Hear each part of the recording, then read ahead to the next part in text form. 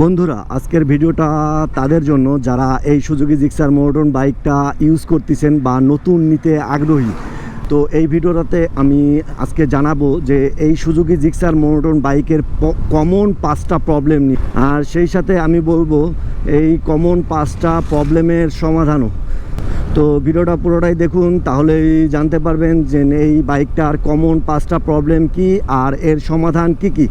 তো চলেন বেশি কথা না বলে ভিডিওটা শুরু করা যাক।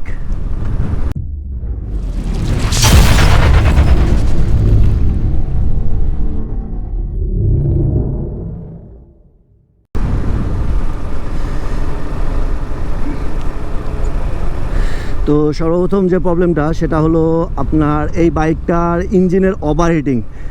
মানে আপনার এই বাইকটার ইঞ্জিনটা অতিরিক্ত গরম হয়ে যায়। তো এটা সমাধান কি? সমাধানটা হলো আপনার বাইকের ইঞ্জিন অয়েলটা সঠিক টাইমে পরিবর্তন করুন। মানে প্রতি 1000 থেকে 1200 কিলোমিটারের ভিতরে ইঞ্জিন অয়েলটা পরিবর্তন করার চেষ্টা করুন। যদি আপনি মিনারেল ইঞ্জিন অয়েল ব্যবহার করে থাকেন আপনার বাইকে, তাহলে আপনার সেটা পরিবর্তন করে আপনার সেমি সিনথেটিক বা আপনার ফুল সিনথেটিক ইঞ্জিন অয়েলটা ব্যবহার করুন। আর হাই স্পিডে দীর্ঘ সময় বাইক রাইড করা থেকে বিরত থাকুন, তাহলে আপনার এই বাইকের ইঞ্জিনটা অতিরিক্ত হিট হবে না আর কি। তো দ্বিতীয় প্রবলেমটা হলো এই বাইকটার সাইলেন্সার থেকে অদ্ভুত ধরনের শব্দ আসা। শব্দটা এমন হইতে পারে টক টক বা ঝিকঝিক এরকম শব্দ হইতে পারে আর কি। তো এটার সমাধানটা কি? তো আপনার সাইলেন্সারটা চেক করে নিন, মানে এক্সজস্টটা চেক করে নিন, দেখেন যে কোথাও ঢিলা আছে নাকি, বা আপনার কোনো নাট ঢিল আছে নাকি, বা আপনার কোনো জায়গায় ছিদ্র আছে নাকি। যদি কোনো ছিদ্র থাকে বা আপনার লুজ থাকে কোনো নাট, তাহলে সেই নাটটা টাইট দিয়ে নিন। আর ছিদ্র থাকলে আপনার সেই জায়গাটা মেরামত করে নিন, মেকারের কাছে যে আপনার মেরামত করে নিন। আর একটা জিনিস হলো, সেটা হলো আপনার যদি এই ধরনের শব্দ আসে, তাহলে আপনার এয়ার ফিল্টারটা পরিষ্কার রাখার চেষ্টা করুন। আর যদি সেটা আপনার দীর্ঘদিন ইউজ করে থাকেন, তাহলে সেটা পরিবর্তন করে নেওয়াই বেটার। তো এবার বলি এই বাইকটা 3 নাম্বার কমন প্রবলেম নিয়ে। তো 3 নাম্বার প্রবলেমটা আমি নিজেও ফেস করছি। 3 নাম্বার প্রবলেমটা হলো এই বাইকটার ব্যাটারিটা দ্রুত ডিসচার্জ হয়ে যায়, মানে ব্যাটারিটা বসে যাওয়া। তো এটার সমাধানটা কি? আপনি সর্বপ্রথম যে জিনিসটা চেক করবেন সেটা হলো আপনার বাইকের চার্জিং কয়েলটা ঠিক আছে নাকি, সেটা চেক করে নেবেন। আর আপনার বাইকে যদি হাই পাওয়ারের কোনো কিছু লাগানো থাকে, মানে হাই পাওয়ারের লাইট বা আপনার হর্ন টর্ন লাগানো থাকে, সেগুলো লাগানো থেকে বিরত থাকুন, মানে সেগুলো খুলে ফেলার চেষ্টা করুন। এতে করে আপনার বাইকে যতবারই আপনার নতুন ব্যাটারি লাগান না কেন, তাহলে আপনার যদি এগুলো লাগানো থাকে, তাহলে আপনার বাইকের ব্যাটারিটা বসে যাবেই। তো এই জিনিসটা চেক করে নেন, তাহলে এই জিনিসটার সমাধান পাওয়া যাবেন, মানে ব্যাটারি বসে যাওয়ার সমাধানটা পেয়ে যাবেন। দেখবেন পরবর্তী থেকে আর ব্যাটারিটা বসে যাবে না। ও পুলিশ আমাকে আটকাবে মনে হয় না। তো এবার বলি এই বাইকটার কমন 4 নাম্বার প্রবলেম নিয়ে। 4 নাম্বার প্রবলেমটা হলো বাইকটার চেনটা লুজ হয়ে যাওয়া বা চেন থেকে শব্দ করা। এই জিনিসটা কমন আর কি, প্রতিটা বাইকারই ফেস করে। তো এই জিনিসটা কিভাবে আপনার সমাধান করবেন?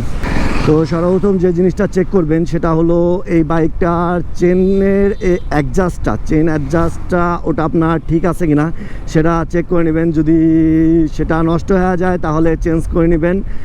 আর আপনার চেষ্টা করবেন যেন আপনার প্রতি 200 বা 300 কিলোমিটার পর পর আপনার চেনটা ক্লিন করা, মানে চেনটা লুপ করা আর কি। চেনটা লুপ করে নেবেন প্রতি 200 থেকে 300 কিলোমিটার পর পর। আর সবথেকে ভালো হয় আপনার বাইকটা যখন অস দিবেন, তখনই আপনার চেনটা লুপ করে নেবেন। The last one. তো 5 নাম্বার প্রবলেমটা কি? 5 নাম্বার প্রবলেমটা হলো অনেকেই ইদানিং বলতেছে যে তার সুজুকি জিক্সার মোনোটোন বাইকটা থেকে নাকি আগের তুলনায় মাইলেজ কমে যাচ্ছে।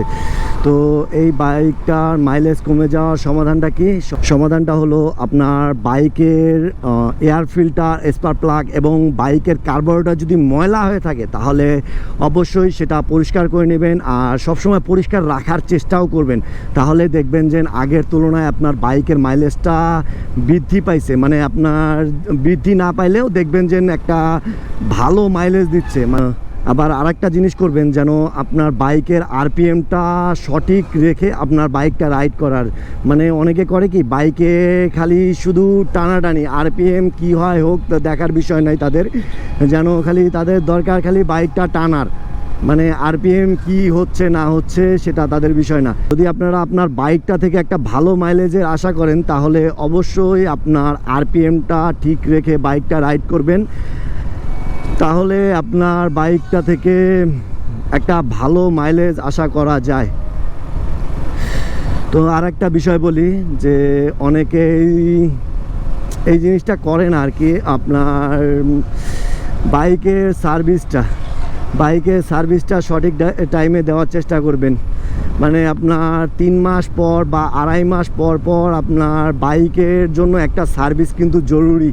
তো এই জিনিসটা অনেকে দিয়ে থাকে না, অনেকে দেয় আপনার যখন বাইকটা থেকে প্রবলেম আসে তখন দেয়, বাট আপনারা যদি ধরেন 3 মাস পরে পরে রেগুলার সার্ভিসটা দেন তাহলে আপনার সেই প্রবলেমটা কিন্তু আসার সম্ভাবনা থাকবে না ভাই। তো চেষ্টা করেন যেন আপনার বাইকটা রেগুলার সার্ভিস দেওয়া, মানে আপনার 3 মাস পর পর সার্ভিস দেওয়া। তো আজকের মতো এই ছিল ভিডিও, আর আমার জানা মতে এই 5টা কমন প্রবলেম ছিল, আর এই 5টা কমন প্রবলেমের সমাধান দেওয়ারও চেষ্টা করছি আপনাদের কাছে। জানি না আপনাদের কাছে ভিডিওটা কেমন লাগছে। যদি ভিডিওটা ভালো লাগে থাকে তাহলে কমেন্টে আমাকে জানাই দিন, আর ভিডিওটাতে একটা লাইক দিন, এতে করে আমার ভিডিও করার আগ্রহটা আরও বাড়ে। তো আজকের মতো এতটুকুই, দেখা হচ্ছে নতুন কোনো ভিডিওতে নতুন কোনো টপিক নিয়ে। ততক্ষণ পর্যন্ত ভালো থাকুন, সুস্থ থাকুন এবং সাবধানে থাকুন। টাটা, আল্লাহ হাফেজ।